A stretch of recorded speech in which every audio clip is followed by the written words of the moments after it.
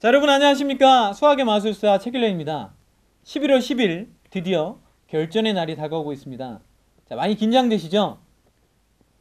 마무리 공부하시느라고 여러분들 굉장히 힘드실 텐데요. 여러분 할 수 있습니다. 여러분의 꿈은 드디어 이루어집니다. 자, 선생님이 열심히 공부하고 있는 여러분들을 응원하기 위해서 이번에도 수능 응원가를 준비했습니다.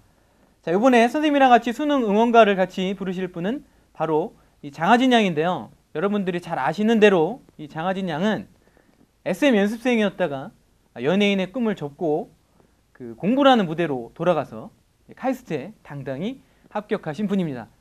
자, 그럼 장하진 양을 소개하도록 하겠습니다. 안녕하세요. 안녕하세요. 저는 카이스트 10학번 21살 장하진입니다. 자, 오늘 저랑 같이 수능 응원가를 부르게 이제 되셨는데 오늘 우리가 이제 부를 노래가 슈퍼스타죠? 네. 연습 많이 하셨어요? 조금 했습니다. 네, 기대가 됩니다. 그 결승점을 눈앞에 둔 우리 수험생들이 11월 10일 날 수능 시험장에 가서 승리할 수 있도록 네. 그 성공의 메시지, 또 행운의 메시지를 부탁드릴게요. 네. 수능이 점점 다가오고 있는데 그것 때문에 괜히 그러니까 더 점점 다가오고 있다는 걸 다르게 생각해서 이제 좀 총정리를 할 때가 아닌가라는 생각을 할 거예요. 근데 제 생각은 좀 달라요. 좀 긴장을 이렇게 덜 하기 위해서라도 좀 그냥 평소 때 공부하던 것처럼 그대로 그 페이스 유지하면서 계속해서 공부했으면 좋겠어요. 화이팅!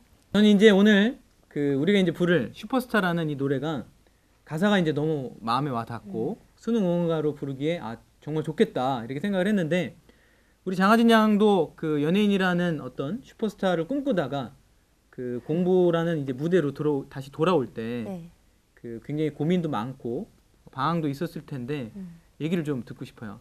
저는 어렸을 때부터 뭐 언니가 공부를 열심히 했었고 그거 따라 저도 또한 이렇게 열심히 하는 편이었는데, 연습을 할 때도 저는 솔직히 공부를 소홀히 하진 않았었어요. 그러니까 그런 인식이 너무 싫어서 뭐 이렇게 연예인 준비하는 애들은 공부 못할 것이다 라는 그런 게 너무 싫어서 열심히 하다가 이제 좀 뭐라고 해야 되지? 공부에 욕심이 더 많이 생기면서 제대로 공부에 전념하고 싶다라는 생각을 하게 됐어요.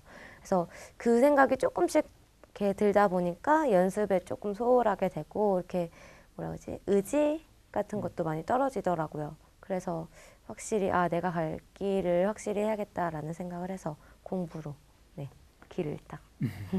그 SM 연습생을 몇 년 동안 하셨죠? 제가 거의 3년 거의 딱. 그러면 연습생으로 들어가게 된 어떤 계기가 있나요? 항상 유치원 때부터 뭐 유치원 이전 때부터 이렇게 춤추는 걸 굉장히 좋아했어요. 그래서 맨날 방에서 언니랑 방문 닫고 이렇게 춤추고 하는 게 이제 계속 그런 식으로 제 꿈이 이렇게 가수다라는 식으로. 유치원 전이면 5세, 6세인데. 네, 그때도 막 재롱을 떠는 거예요. 막 엄마나 뭐 가족들 앞에서. 그래서 그런 꿈이 계속 이어져 가다가 이제 언니가 이런 오디션이 있다라는 정보를 알려줘가지고 그 오디션에 이제 참여를 하게 됐죠. 그래서 거기서 이제 잘 결과가 좋게 나와서 연습생으로 들어가게 되었고요. 그렇게 연습 생활을 시작했어요. 그럼 연습생 할 때 이제 제일 힘들었던 점 뭐가 있을까요? 힘들었던 점, 일단은 연습실이 이제 집이랑 멀다 보니까 학교 끝나고 교복 입은 채로 바로 달려가는 거예요. 이제 전철 타고 버스 타고 이런 식으로. 그래서 가자마자 또 옷 갈아입고 뭐 춤 연습하고 노래 연습하고, 그다음에 밤에 또 한 10시쯤 끝나면 또 집에 오면 또 12시 정도 되거든요. 2시간 정도 걸렸나요? 네, 한 1시간 반에서 2시간 정도 걸리는 거리. 그런 생활이 반복되다 보니까 일단 몸이 많이 지치더라고요. 그러니까 물론 연예인이라는 게 체력이 굉장히 중요한 직업이긴 하지만 그거를 이제 나는 이제 연예인이 아닌 상태에서 연습생의 신분에서 그러고 있는 게 일단 너무 힘들다라는 생각이 많이 들게 했었고, 그뿐만 아니라 이제 학교에서 저는 욕심이 많아서 공부 욕심이 아까도 말씀드렸듯이 공부에 욕심이 많은데 연습을 하다 보니까 성적이 유지가 안 되는 거, 그런 것도 저는 나름 정신적인 스트레스였거든요. 그래서 그런 것들이 좀 복합적으로 작용해서 힘들었지 않았나. 네. 왔다 갔다 뭐 이렇게 지하철 타고 다녔나요? 네. 지하철 안에서 뭐 공부했다고 뭐 들은 것 같은데 사실인가요? 네. 네. 확인할 방법은 없지만 그또 뭐 그래서 결국 연습 생활을 그만둔 이유는 이제 학업에 전념하기 위해서 네. 잘린 거 아니죠? 혹시 뭐 이제 뭐 이런 거 물어봐도 되는지 모르겠지만 뭐 못하면 때리고 그러지는 않죠? 네, 전혀 그런 네. 건 없어요. 그러면 합숙하진 않고 네, 멀리 지방 사는 사람들만 이제 그 숙소가 있고요. 그냥 뭐 제 집 같은 경우에는 그 다른 지방에 사는 언니들에 비하면 너무 가까운 거리였기 때문에 그 정도는 이제 왔다 갔다 하면서. 그럼 지금 뭐 소녀시대 멤버들 다 그때 같은 연습생이잖아요. 네, 그렇죠. 누구 소녀시대 멤버들 다 있고 또 누구 있어요? 누가 같이 연습했던? 소녀시대에선 써니는 제가 연습할 때는 없었고요.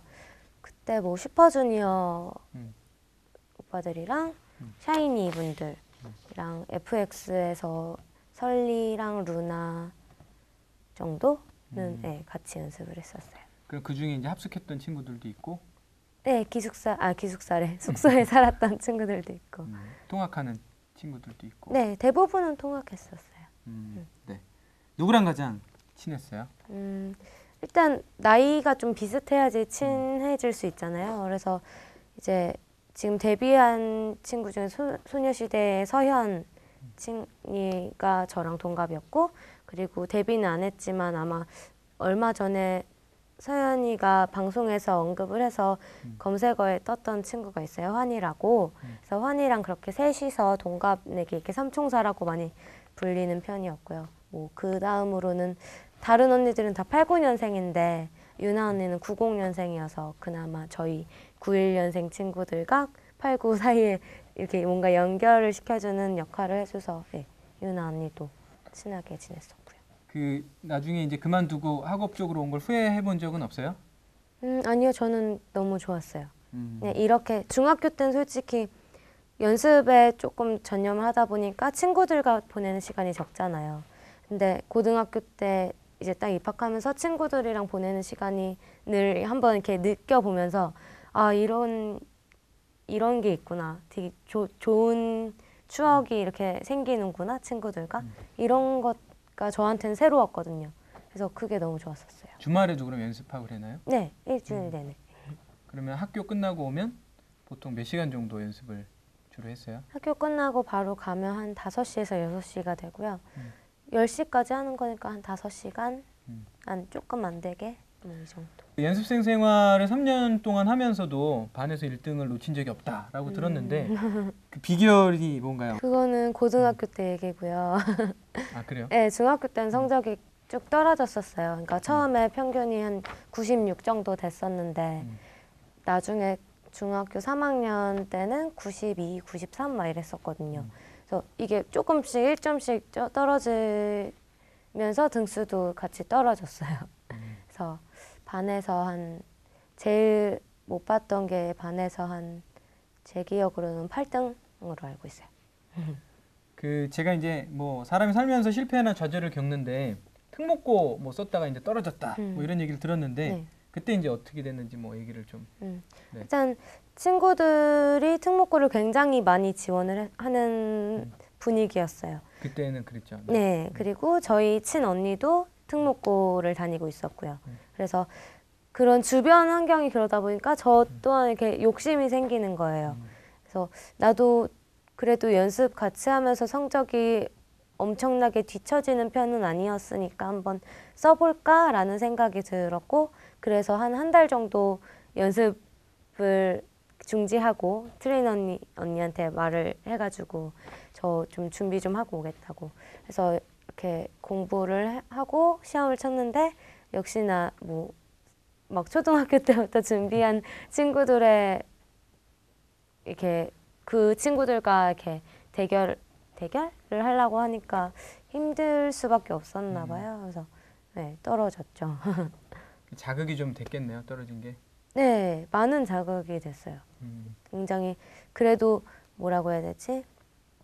이렇게 연습하면서 공부의 끈을 놓지 않았던 거에 대해서 나름의 자부심도 있었고 친구들도 너는 어떻게 연습이랑 같이 하면서도 이렇게 성적을 받고 있냐라는 식의 인식을 많이 받고 있었는데 그 상태에서 이렇게 시험에 떨어지니까 너무 좀 자존심이 상한다고 해야 되나? 물론 성적이 안 되니까 떨어졌겠지만 그게 예, 저한테는 자존심이 좀 이렇게 상하는 일이었어요. 그 언니도 공부를 굉장히 잘한다고 제가 이제 들었는데 그 언니나 뭐 이렇게 가족들의 어떤 도움 뭐 이런 것도 컸나요? 어떤 공부하는 데 거에서요? 있어서 공부하는 또는 데 뭐. 있어서. 음. 네, 뭐 일단 가장 중요한 건 스트레스를 안 받는 거잖아요.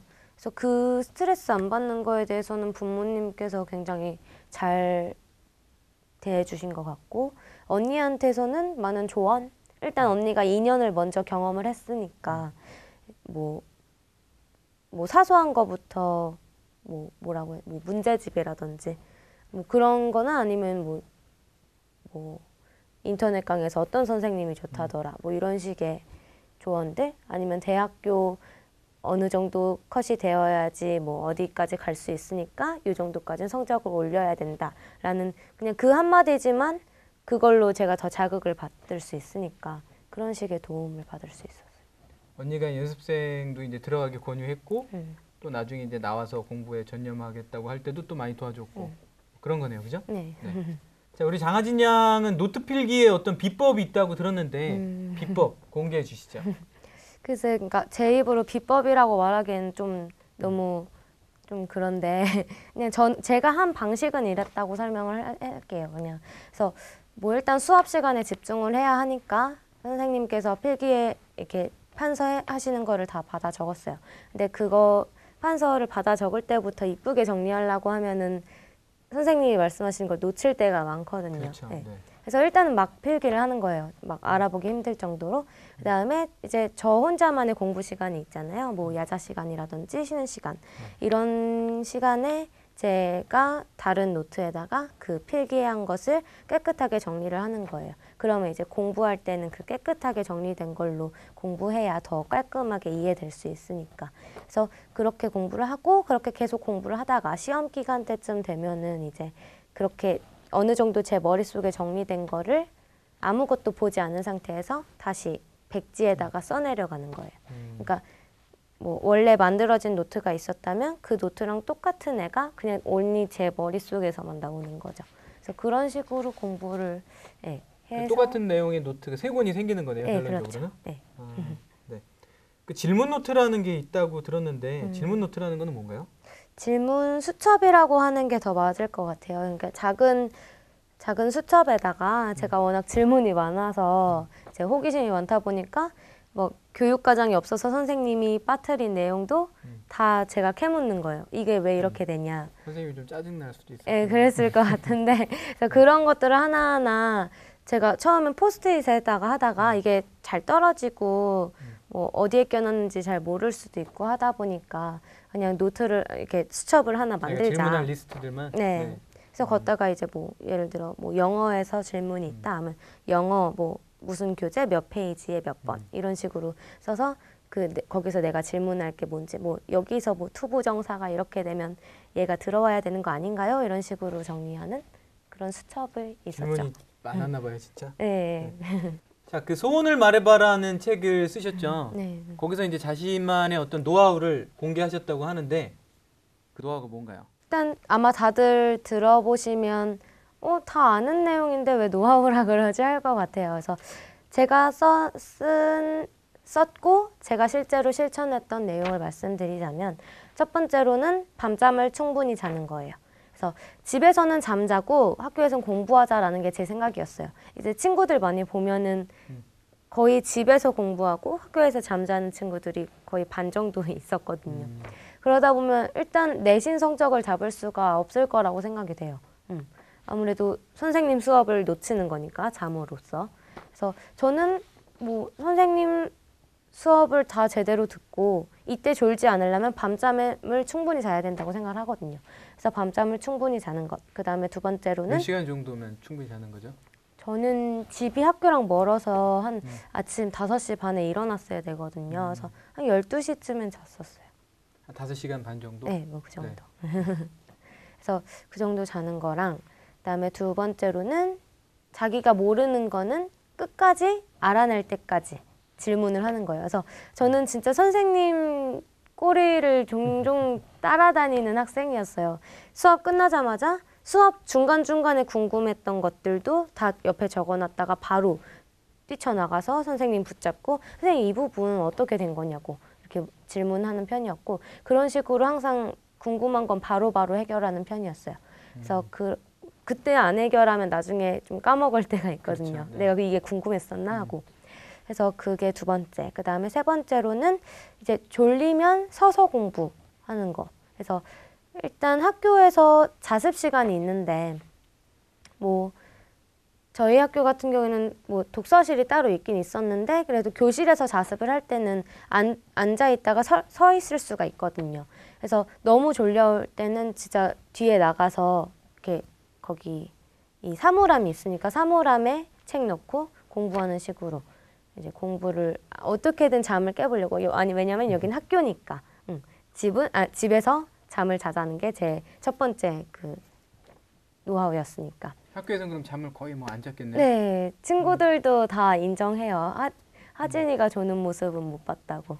그리고 제가 나중에 수시를 붙고 나서 아마 한번 자고 그랬었던 적이 있었을 건데 그때 장하진 자는 거 처음 본다고. 그래서 그 정도. 진짜죠? 네. 그랬고 그 다음으로 네 번째는 항상 교실 앞자리에 앉아서 수업을 듣는 거. 이제 뒷자리에 앉아서도 물론 집중을 잘 하면은 잘 들을 수 있기는 해요. 근데 앞자리에 앉는 게 어떤 방해 요소도 받지 않게 되는 그런 자리. 그러니까 뒷자리에 앉아서 뭐 주변 친구들의 영향을 안 받는다면 다행이지만 아무래도 주변 친구들이 뭐 자는 친구들도 있고 핸드폰 만지작거리는 친구들도 있고 그런 유혹이 옆에서 있으면 나도 막 핸드폰 한번 보고 싶고 하거든요. 그래서 그런 걸 없애기 위해서라도 저는 꼭 교실 앞자리에 가서 선생님이랑 아이 컨택하면서 수업을 듣는 게 자율이었어요? 자리에 앉는 게? 그건 아니었는데 수업을 막 안 듣는 친구들이 있으면 그냥 자리 바꿔서 앉고 했었어요. 네. 노련한 게 느껴지네요. 네, 뭐 그런 식으로 교실 앞자리에서 수업 듣는 거 있었고요. 그리고 이제 다섯 번째로는 그렇게 맨 앞에 앉아서 아이 컨택만 하는 게 아니라 아이 컨택하면서 선생님께서 이제 뭐 이렇게 흐름에 따라 질문을 가끔 던지실 때가 많잖아요. 그래서 그때 대답은 최대한 크게. 그래서 선생님께서 얘는 내 수업을 제대로 듣고 있구나 하고 눈도장을 딱 찍어 두는 거죠. 그래서 그런 식으로 이제 선생님이랑 뭔가 이렇게 나 이해하고 있다 뭐 이런 식의 사인을 보낸다고 저는 생각을 했어요. 그래서 그렇게 하면 뭔가 더 수업에 집중하게 되고 더 내가 참여하고 있다는 생각이 들거든요. 그래서 더 네. 집중도가 높아지는 편이고요. 여섯 번째로는 자세를 바르게 유지하는 거가 있어요. 그래서 저는 항상 이렇게 뭐라고 해야 되지? 이렇게 꼿꼿이 서 있었다고 해야 되나? 친구들이 허리 안 아파라고 물어볼 정도로 이렇게 굉장히 이렇게 꼿꼿이 서 있었어요. 그러니까 약간 이렇게 되면은 좀 더 책상에 붙고 싶고 더 자고 싶고 그래요. 이렇게 엎드리고 싶고. 그러면은 이제 일단 수업이 날아갈 거고 그 다음에 이렇게 한 상태로 하게 되면 등이 피곤해지면서 더 뭐라고 해야 되지? 나중에 공부를 오래 하기가 힘들다고 해야 되나? 그래서 저는 항상 자세를 바르게 유지해야 된다고 생각을 했고 그거를 계속 실천을 했었어요. 입학사정관제로 이제 카이스트에 들어가셨는데 네. 그 자기소개서나 뭐 면접, 포트폴리오 짜는 법 자신만의 노하우가 있나요? 글쎄요.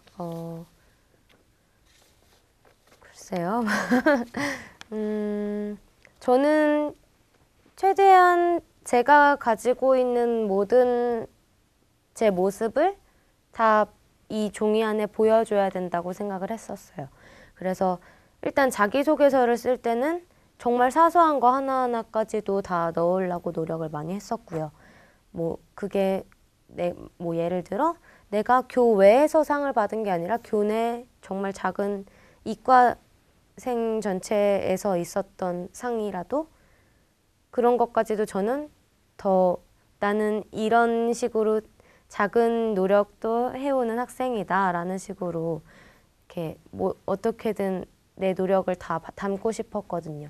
그래서 그런 식으로 자기소개서에는 사소한 것까지도 다 담기 위해 노력을 했었고, 포트폴리오를 만들 때는 이게 여기에 들어갈 만할까 싶은 것들도 넣었어요. 일단은.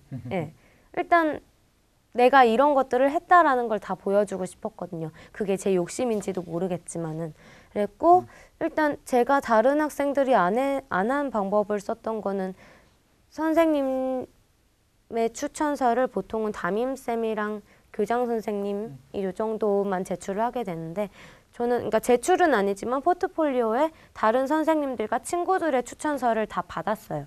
그래서 그걸 다 모은 포트폴리오를 이제 뭐 그 입학사정관께서 직접 학교에 오셨을 때 이렇게 보여드리는 식으로, 저는 주변 사람들한테 이렇게 인정받고 있습니다라는 걸 보여드리려고 했었죠. 입학사정관제가 이제 처음에 입학사정관이 학교를 직접 오죠? 네. 와서 면접 보고 나중에 학교 가서도 또 면접을 보나요? 네, 그게 최종 면접. 최종 면접 때 뭐 떨리진 않았어요? 저는 그런 게 없어요. 떨리는 게 없어요? 네. 그러니까 지금도 뭐 전혀 뭐 안 떨리는 것 같은데, 그 몇 분 들어오셨어요, 교수님이 면접 때? 일단 입학사정관 직접 오셨을 때는 한 분 오셨었고요. 최종 면접 때는 교수님 3분이 앉아 계셨었어요. 네. 제가 카이스트 면접 볼 때는 7분이 들어오시더라고요. 네. 좀 떨렸습니다, 저는. 그 카이스트 면접 볼 때 소녀시대 노래를 그 춤까지 추셨다고 네. 제가 이제 다른 방송에서도 많이 봤는데 그 혹시 좀 보여주실 수 있나요? 춤이요? 네. 네, 뭐 짧게 간단하게. 그러면 그러면 잠깐 보도록 하겠습니다.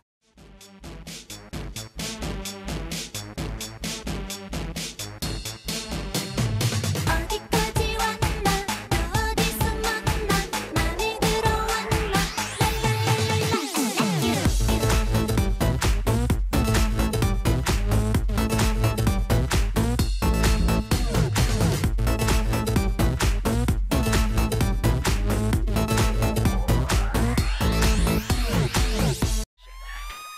Goodbye baby goodbye 돌아서는 대로 들어가면 돼 아무런 말도 하지 말고 이대로 사라져 주는 거야 Goodbye baby goodbye 즐거워서 좀 있었다고 생각할게 그럼 여기까지 하기 쉬운 이제 끝난 거야 Baby goodbye Goodbye